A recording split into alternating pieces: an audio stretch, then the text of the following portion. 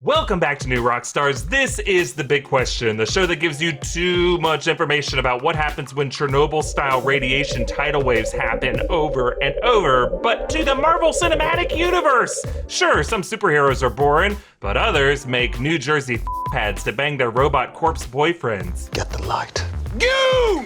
I'm Erik Voss. Here with me is Tommy Bechtold. Hey, buddy. God, I love summer in Jersey. How are you, Erik? Oh, it's so nice. The weather is warm. There's a neighborhood you wander into, and you lose your personality, and you shift decades based on the whims of a sandy blonde woman. Well, that's what happens when, your neighborhood in New Jersey is under a bunch of power lines. There's that weird kind of radiation, and who knows what kind of sex cults will come out of it. Remove your clothes. You're stepping over a line now. You're stepping over a line. You know you are.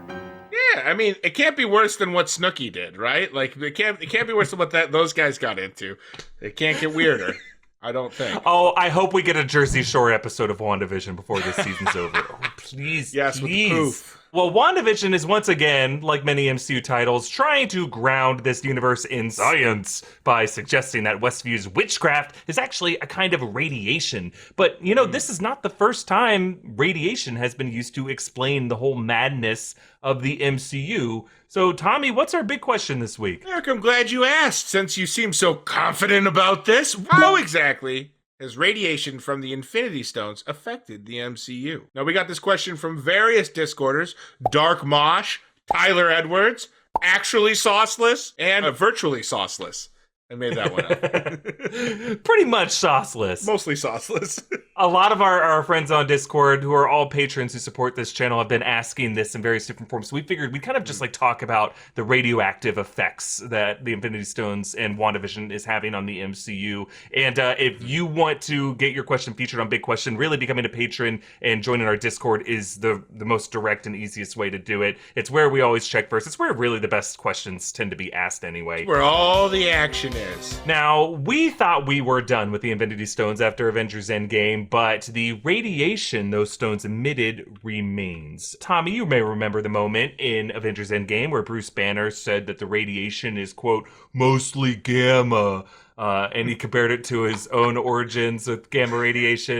And he's like, I was made for this. Is he Rocky Balboa? Yeah. Hey, it was pretty great. Well, when I first got here, most of you people didn't like me very much. As it happens, But if I get gamma radiation and you get gamma radiation, maybe we can all get gamma radiation. And this happened right as Bruce Banner snapped everyone back and traumatized a ton of hospital patients and workers, as we learned in WandaVision. Yeah. Not all good things came from that. Let's talk about what gamma radiation is in the real world. It ain't fun. So gamma radiation, as opposed to alpha radiation, beta radiation, is the most powerful. It is caused by weightless photons emitting from unstable atomic nuclei. You know I don't speak Spanish. In English, please. So those photons can pass through most materials, since they're basically an electromagnetic wave that they can go through anything. They're usually stopped by a couple feet of concrete. But if they were to contact human tissue directly, they destabilize your DNA. It's ugly. It's not fun. Watch Chernobyl on HBO and you'll see what we're talking about. In fact, it's so dangerous that even when the radioactive origin substance of that gamma radiation is removed, the irradiated materials it came into contact with continue to emit their own radiation as photons from those destabilized atoms continue to beam out. So, using this logic to the MCU, even though the Infinity Stones may have been reduced to atoms, the present day in the timeline, their effect lingers. Ooh, like a bad penny. Or a great Cranberry song. Ooh, did you have to? Did you have to? Did you have to let it linger? Oh, it's so good. Takes you back. But interesting choice of words from Bruce Banner. He said mostly gamma, not 100% gamma. That would suggest that there are other types of radiation emitted by those stones, and that is where WandaVision comes in. See, episode 4 made a point to describe the Westview Anomaly as CMBR, Cosmic Microwave Background Radiation. We love a good sci-fi term or physics term or whatever it is. An acronym. We feel like we're learning. Nom, nom, nom, nom, nom. It's it rolls off the tongue a little nicer than barf. Just a bit. I mean, depending on what you're eating, barf could roll right off that tongue. It could fly off that tongue. It could shoot out over the tongue. Or just like an Olympic long jumper, just go right over the tongue. Yeah. Go for the gold. Yeah. Over the tongue, under the shirt. That was my rules for dating. Grandmother's house. Now, CMBR is a real thing. It's actually a super faint electromagnetic radiation, and it exists everywhere, thus background. And it's considered to be proof that the Big Bang happened. That's why they're saying it's a relic of the Big Bang. It's kind of like everywhere. It's faint. It's always there. It's what causes static on a TV screen. That's what CMBR is. And that's kind of why they're linking it to WandaVision. But in episode 4, they cite the Big Bang, and that's a very big deal because it suggests this historical connection to the Infinity Stones in the MCU. Because in Avengers Infinity War, Wang explained that the 6 stones were produced by the Big Bang itself. At the dawn of the universe, there was nothing. Then, boom. Big Bang sent 6 elemental crystals hurtling across the virgin universe. Oh, Wang, we miss you, buddy. We want to hear that guy explain everything in the MCU. He's just got a way. And then go watch him on Marco Polo, where he just has sex with like 80 women. He cleans up. Wasn't he also in The Martian? Yes. He's great. Yeah. That guy, just walk into a room, start talking. I'm listening. Now, we also know that WandaVision is revisiting Wanda's origins with the Mind Stone, right? We've seen footage of that scene where it's floating in front of her. We're going back there. We're going to get some more answers there. But by doing this, the MCU is linking, I think, all of the anomalistic freak occurrences, really, to these 6 stones that appeared during the Big Bang. So let us remind ourselves of everything the MCU is essentially saying was caused by Infinity Stone cosmic radiation. So the first thing we're going to talk about in relation to WandaVision, the Mind Stone activated the powers of the Maximoff twins, Wanda and Pietro. Is it the full source of their powers? No, they might have had an X gene. They might have been born with that mutant gene, but the Mind Stone is what woke it up. It's kind of part of the formula that Infinity Stone radiation activated this gene in their DNA. And this happened shortly before the Mind Stone basically created Vision. It's one of the 5 components of Vision. Tommy and I did this in a past episode of The Big Question. It's one of those ingredients. Basically, what the Mind Stone brings is not necessarily the brain, because the OS comes from Jarvis, right? But it does fuse it all together in a way, giving him a sort of cosmic insight. Like Jarvis didn't have that personality that was so introspective and philosophical. That whole debate with Ultron at the end of Age of Ultron, I think that was the Mind Stone talking. Yeah, it's like fairy dust. Deep, introspective fairy dust. Like cocaine. People say I make too many cocaine references, so we'll cut that one out. No, we're going to double it. Too real. I'm going to double down on it.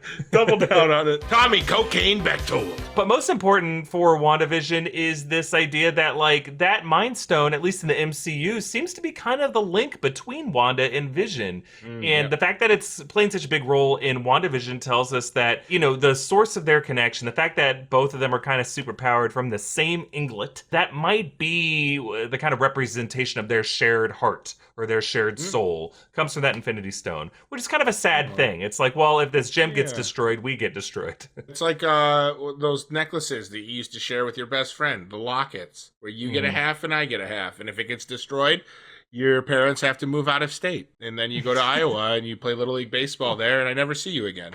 Is that because you're a ghost? Because all baseball players in Iowa are ghosts in cornfields? Yes. I saw that movie. Now, another important Infinity Stone giving radioactive powers, the Space Stone. That's what gave Carol Danvers her powers, because in the Captain Marvel film, that Kree/Skrull Lightspeed engine had radiation derived from the Space Stone, and that's what erupted and washed over Carol Danvers, basically cooking her flesh but not her flight suit. Interesting.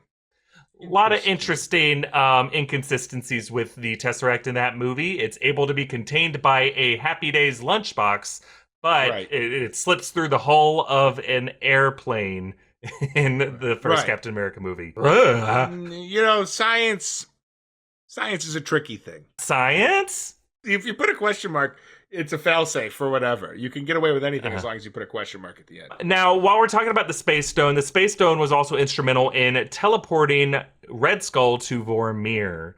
And a lot of people believe that the Space Stone, since it has similar properties of the Bifrost, that the Asgardian Bifrost may have had its technology derived from that same Space Stone.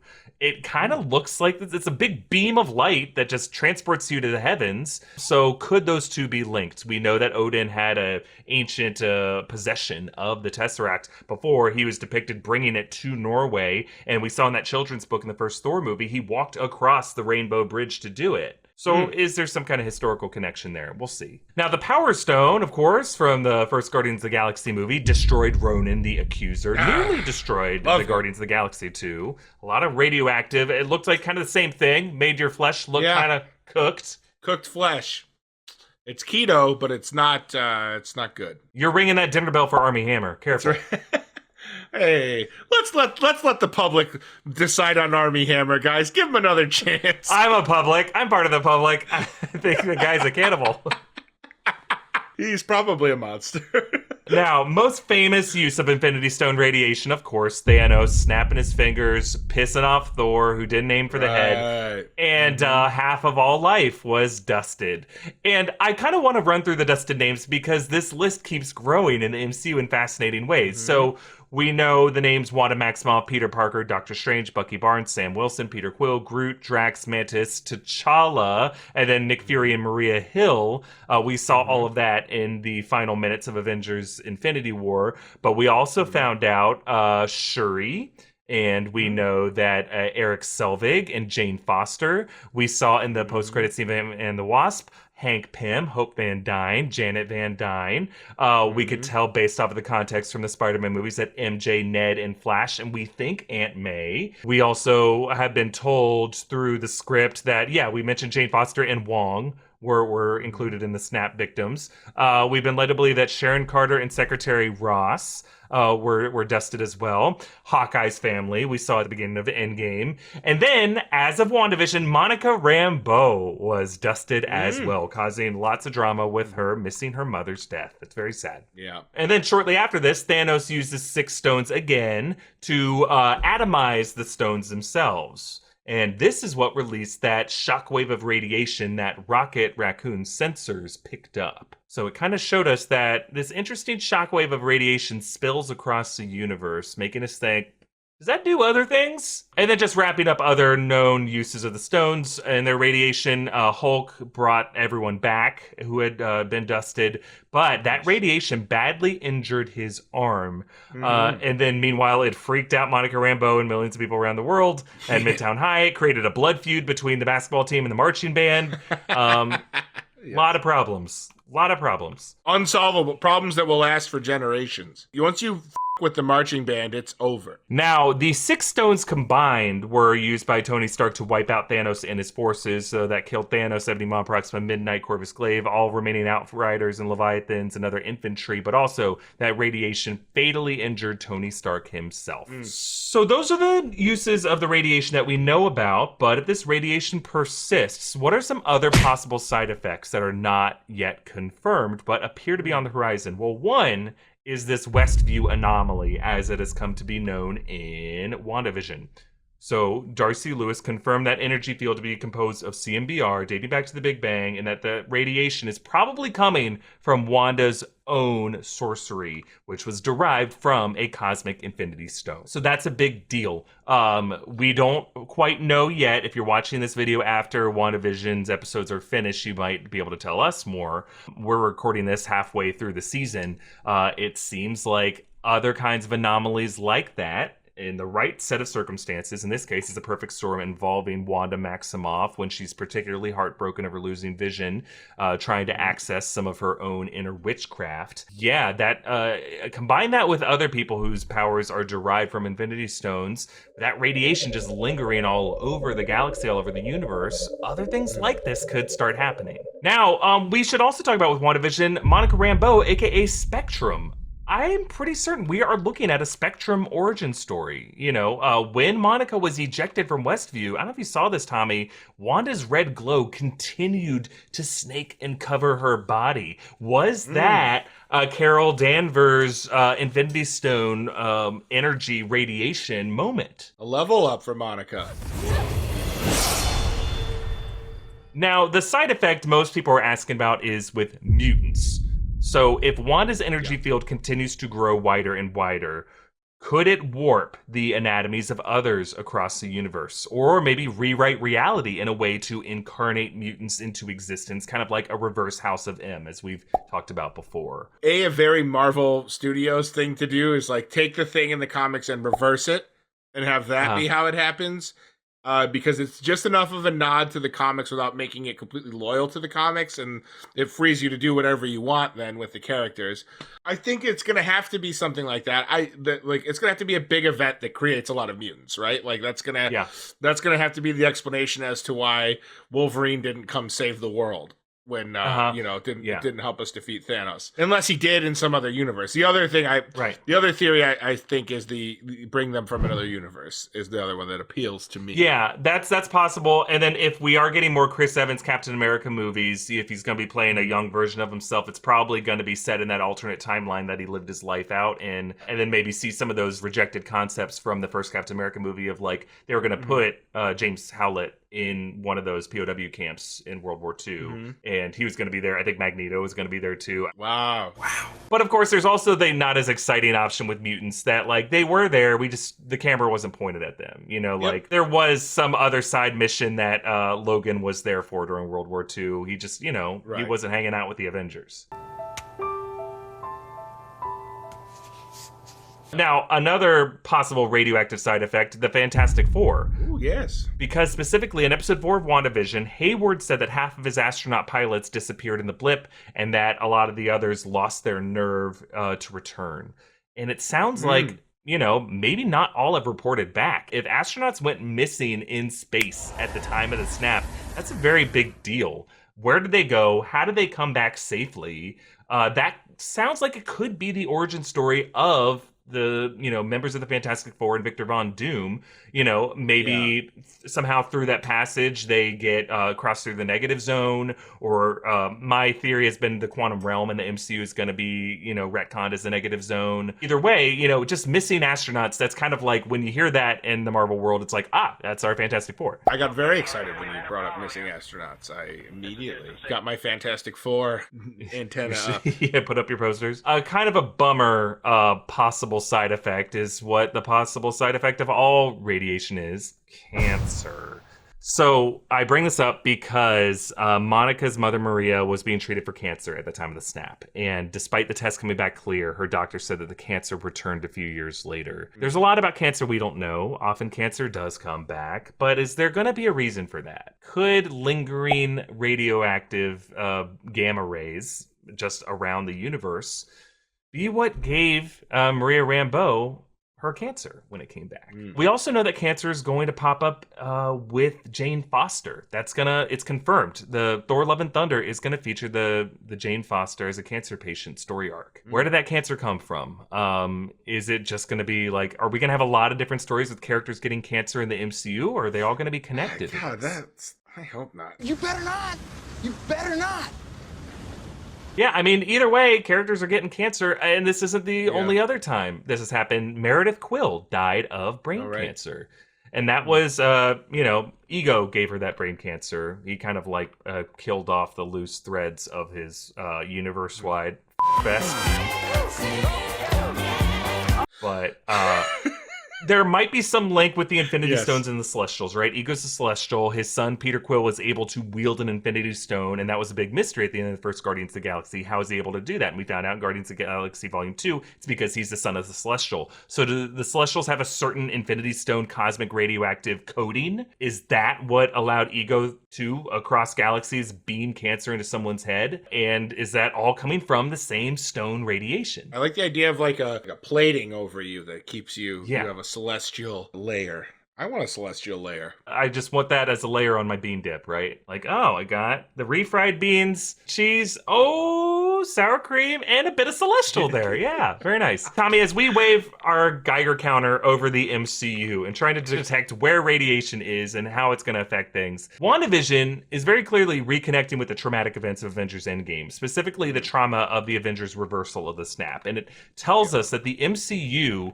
considered Endgame to be a crucial watershed moment that they aren't done with. They're going to use to set up all kinds of bizarre side effects in Phase 4 and beyond, and I think radiation is the key to all of it. Bam! We're going to continue with some bite-sized questions that Tommy's going to answer for us, but first we want to thank some people who helped us make this episode, starting with our friends at Honey. Thanks to Honey for sponsoring this episode. We all shop online, and we've all seen that promo code feel just taunt us at checkout. Like, you want to put something in me? Oh, you don't know? You don't have anything?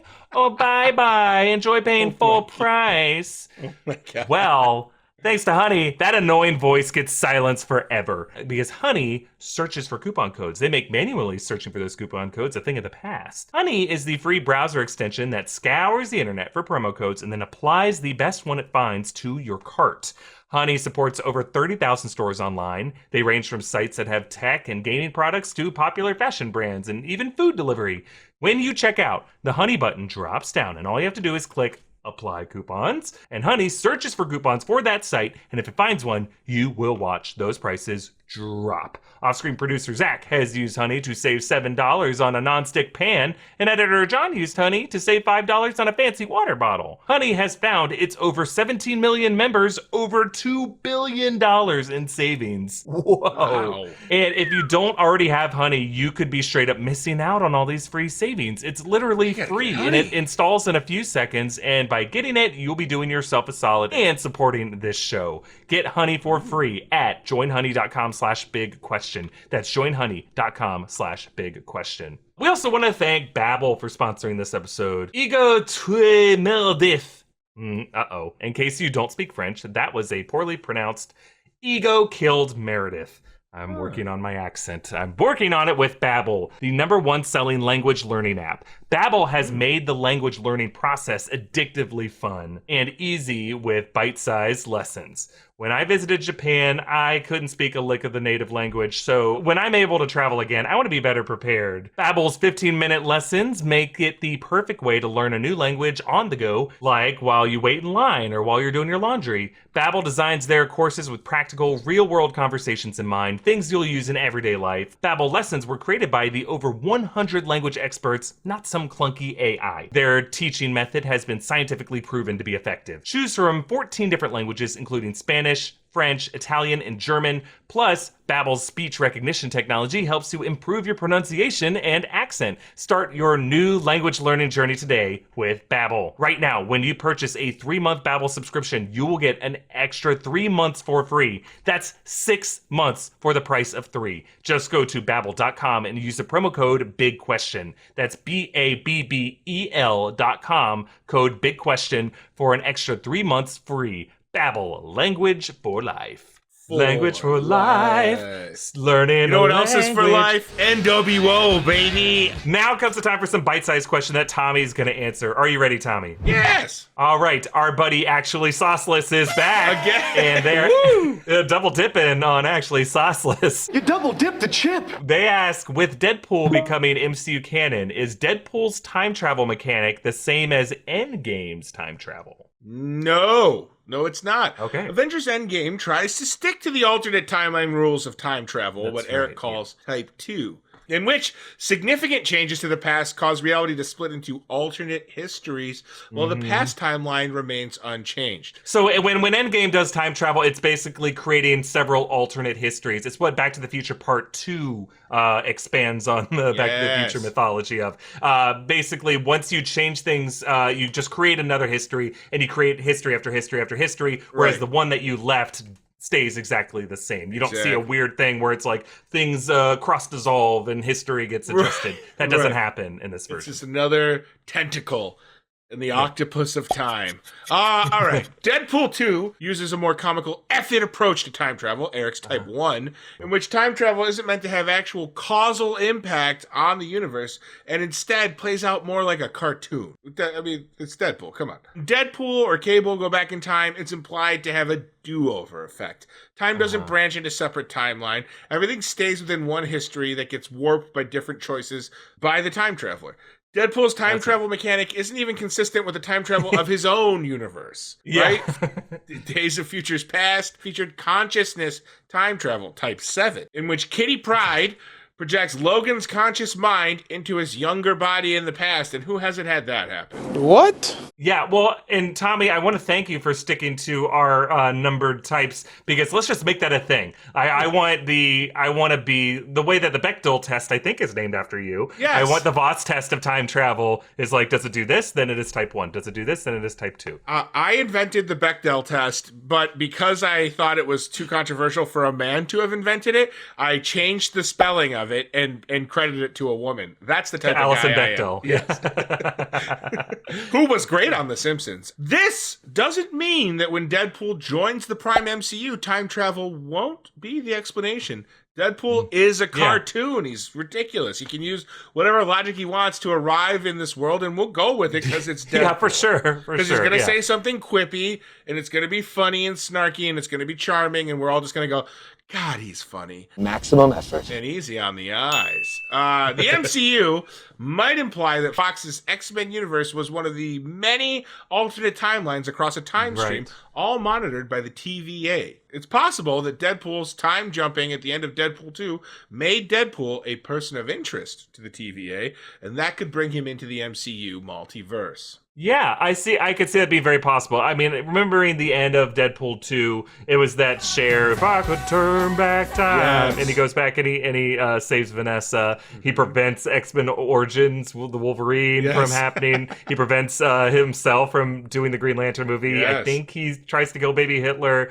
So all this stuff is like he's just trying to change his own history, but it's so silly. It's a joke. It's like Bill and Ted. Right. And like the fact, I think Deadpool could just like, imagine Owen Wilson and Loki being like, oh, and there's this other guy, Wade Wilson, and Cable is just, and then Wanda burped and then caused all these to come together, and then he's just in the MCU now. It's that simple. I hope it's that simple. I don't want to think about it too hard. No. Okay, so Civilian from Discord asked, is Agent Carter MCU canon? Okay, Agent Carter is canon in the same way that Agents of S.H.I.E.L.D. is, which is to say that it kind of is. Agent Carter follows Peggy Carter in the late 40s in her early years establishing S.H.I.E.L.D. Avengers Endgame gave Agent Carter's canonicity a big boost by featuring James D'Arcy as Edwin Jarvis in the 1970s, the same actor who played Jarvis in Agent Carter. Yeah, that was a big deal. It's like, whoa, so they are for once acknowledging these shows. Yeah. However, the MCU going forward on Disney Plus has been extremely reluctant to acknowledge Agent Carter or Agents of S.H.I.E.L.D. as part of the MCU canon, especially as later seasons of Agents of S.H.I.E.L.D. really started to pull away into alternate timelines. There was that thing in the final season of Agents of S.H.I.E.L.D. Spoiler warning if you haven't seen it yet, but they do some time travel, and they do justify it by saying they went through quantum tunnels in the quantum realm, and they actually make more sense out of the Endgame time travel logic than Endgame did. But it remains to be seen if the Prime MCU is going to acknowledge any of that as being part of their world. Okay, also, episode 3 of WandaVision features an ad for Hydra Soak, which seems like a big nod to Agent Coulson's rant about Hydra mind control soap in the framework episodes of Agents of S.H.I.E.L.D. That blue soap everyone uses? Hydra loads it up with chemicals. It seeps into our bloodstream, implants false memories into our brains. Yeah, that was cool to see, but a nod, it might have just been a meta thing. We don't know yet if like Hydra soap does actually exist rather than just being like a parody projection of Westview. Unfortunately, until we get clarification from Feige, we can't consider Agent Carter formal canon. Required viewing, yes. By God, yes. Please, formal required viewing. And definitely more canonical than the Marvel Netflix series. I think if you consider canon in the MCU as like a flowing amoeba or a multi-tiered pizza pie or something, you have like the main, everything that Kevin Feige produced, like all the movies and the Marvel Disney Plus shows. And then outside of that, you have the Marvel TV stuff that Kevin Feige initially gave the okay to and the Joss Whedon produced. So that would be Agents of S.H.I.E.L.D. and then Agent Carter. A lot of the same actors appear in those, pretty much all the same actors. And then a broader tier from that, you have the other things. So you have like The Runaways, you have Daredevil, Punisher, Jessica Jones, Luke Cage, Iron Fist. They all kind of exist broader from that. And then it's all contained within the Mojoverse, we think. Yes. Runaways is an interesting one because it was only ever on Hulu, right? Yeah, it was only on Hulu, and it has a lot of like Marvel things in it. It has like a Minoru, it has the Darkhold, and then I think the Gifted might be part of that too. The Gifted. I was going to say, let's not with... disrespect the Gifted. Shout out to Stephen Moyer. Yes, one more question from Colonel Hogan on Discord, who asked, how are they called X-Wings and Y-Wings in Star Wars if there's no Latin alphabet in Star Wars? Colonel Hogan, you sneaky, cheeky devil.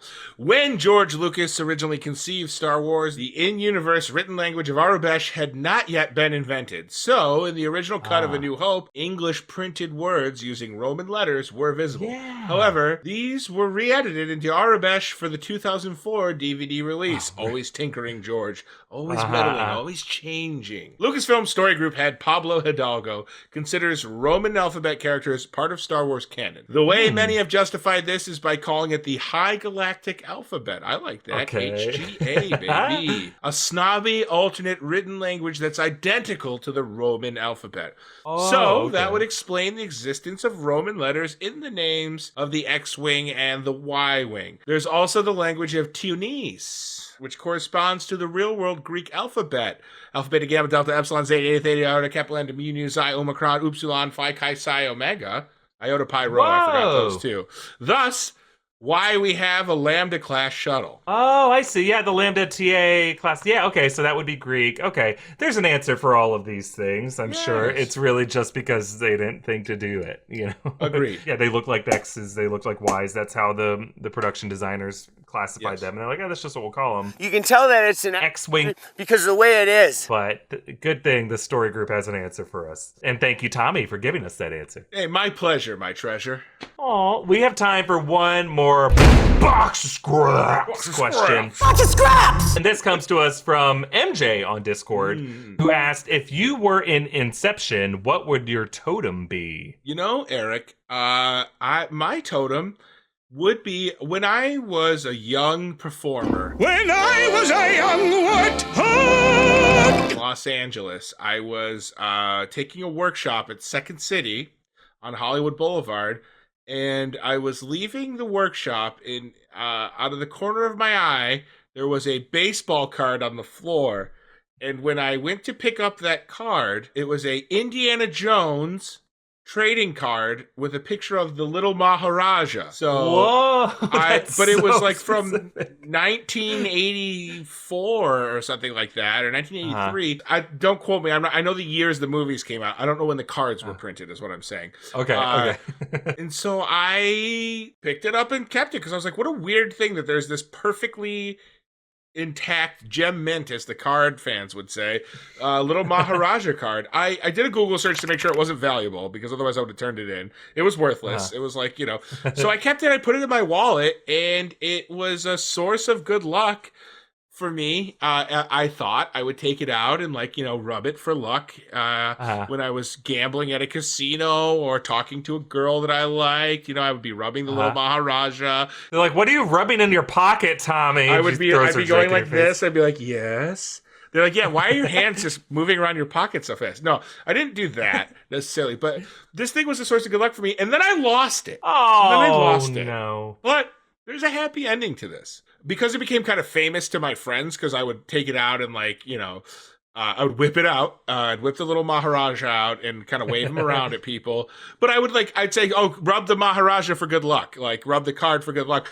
My friend, Brian Conowall, as a joke gift, got me the complete set of Indiana Jones and the Temple of Doom trading cards, not knowing that I had lost the little Maharaja. So I replaced him. I replaced the little Maharaja. Wow, Tommy, what a nice friend. What a nice gift. He is a great friend and a nice gift. So that card to me is a totem that I would have. It's a little good luck charm for me. What about you, Erik? I do have a real totem real quick. I used to have this, remember when Welch's did a promotion of Tom and Jerry glasses? Oh, yes. I had one as a kid, and it was my favorite thing, and I, for whatever reason, brought it with me to college, because I'm I love drinking little juice out of this. Yes. And I had this desk in my dorm room that it had a retractable platform where you could put your keyboard on, and I had rested, we were shooting a sketch in there with Philip He was shooting it, and I was playing a character in it, and we had to have OJ. So I was like, I don't know if I want to use this because it's important to me. And he put it on the retractable thing, and he was sitting in a computer chair, and just, he always has to, like, anytime he sits, has to, like, lean back and put his feet up in weird ways. And he leaned back, and it slid back the retractable thing, and it was one of these things where my glasses on it, and it just went, and it fell, and it shattered. And I was like, and then he started laughing. And I was like, my Welch's glass. And I think that's why he was laughing, because it was just so precious. But that wouldn't be my totem. I just want to tell a story about Philip broke my thing. Oh, but the reason your story reminded me of it, I was dating a girl afterwards, and as a gift, she got me a replacement glass. And it's that's one of a my nice favorite thing. gifts I've ever gotten. Yeah. Not a good girlfriend to have, but it was a nice No, gift. but sometimes terrible girlfriends are great gift givers. I'll say that. Yeah. I had a girlfriend, like, she completely styled my wardrobe, like, then broke up with me. Like, she took me shopping, and, like, I bought a lot of the clothes with my money, but she bought me some clothes too. Like, she was just like, I'm gonna help you dress better, and she was right. Like, it wasn't a mean thing. Like, I dressed like a child. I wore, like, basketball shorts and tank tops everywhere, which I like. Yeah, that's the thing. No relationship is totally wasted. There was a girlfriend I had who taught me a little trick of your water bottles, your big water bottles. Like, you can put them in, they usually don't fit in your car cup holders, but they will fit between the door and your seat. And they lock in place, and they don't spill or roll around. And not a good girlfriend to have, but a great trick that I use all the time. That is so a there's great something to trick. be learned in every relationship, you know? It's always useful to get yourself out there and to date. You never know. You know what? I'm getting back on the apps, Eric. You just convinced me. My totem would be, when I was a kid, I had this marble egg that I got from the science center in Atlanta, and in the gift shop they just had this black marble egg that I saw it, and I was obsessed with it, and I loved the weight of it. It was like heavy. So I think, like, what totems are in Inception, it has to be like a unique thing that you know the weight and the balance of, that means something to you. And I keep talking about this. I'm obsessed with eggs. I have this weird story philosophy that I believe all the best stories are based on eggs, or based on the idea of life in some way. Like, J.J. Abrams has this whole theory of the mystery box, and you can go find his TED Talk where he talks about how, as a kid, he was obsessed with magic, and he bought this box, and he realized the box itself was so ornately designed, and that if you the promise of an interesting story is so powerful, and that has defined his storytelling philosophy. And if you look at things like, you know, his Star Wars movies, at Lost, and Mission Impossible 3, his Star Trek movies, they all have really exciting first acts, but then they never answer any of their questions. They're just going to leave it open-ended. So my egg theory is a distillation of J.J. Abrams' mystery box theory. I believe that the egg is the same kind of idea, right? It's a mystery box, but you know kind of what's inside. What's inside is the promise of life. And I think every good story does that. They give you this kind of thematic promise of something, and that at the end of the day, a good story always affirms life in a way. Oh, I love that. Makes it, you know, and all my favorite movies, all my favorite books, comic books, TV shows, all do this. So, like, Jurassic Park, that has a symbolic power of an egg and life finding a way. WALL-E, Eve is shaped like an egg, and she gets fertilized with that plant, and that becomes a symbolic focus of the movie. Watchmen on HBO, egg, it's all about the egg. Guardians of the Galaxy, there's been theories where it's like there's an egg there. Godzilla, there's egg. Like, everything's eggs, and I'm obsessed with eggs, and so I feel like my totem would have to be an egg. Perfect for you. I'll write a book about this. I'll do a TED Talk or a podcast series about why eggs are everything. And my goal in life, because every time I pitch this to someone, they're always just like, oh my God, this guy's weird and obsessed with birds and eggs. And I am. But my goal is to, when I pitch this to someone, they don't start laughing in my face. That they're like, oh, like I want everyone in the world to appreciate eggs as much as I do. And I started with you. Yes. I'm Mission? in. Mission? I think Mission, that's mission. Oh, I got excellent. one. And it's an That's egg. one shell of an idea. You crack me up. Let's go. Oh, yes. Well, on that note, that is it for this episode of Big Question. Thank you to Tommy for joining me this episode. You can follow Tommy at Tommy Bechtold. You can follow me at EA Voss, follow New Rockstars, send us your big questions using the hashtag Big Question. But really, you're going to want to join our official New Rockstars Discord, available to all patrons, and put your questions there. You can subscribe to this podcast feed, leave us a nice rating and review, subscribe to New Rockstars here on YouTube, hit that notification bell. And another quick shout out to our friends at Stereo, the app that lets users listen in, seek out topics, and join conversations about issues and ideas that interest them, like comedy, pop culture, sports, all kinds of topics. Stereo can be downloaded for free by Apple and Android users. Once you download the app, you can create an avatar and profile and start going live yourself. You can submit audio messages to the hosts of conversations to join the conversation in real time. We go live with our interactive New Rockstars news show, hosted by myself and Philip Molina on Wednesdays at 1 p.m. Pacific. You'll be able to hear that on Stereo, and you can submit your theories and reactions, your personal grooming tips on there. We do this every Monday, Wednesday, and Friday. Just go to stereo.com/newrockstars to get all the details and get notified when we're going live. Again, that's stereo.com/newrockstars. See you next time, Tommy! Mwah, mwah, mwah.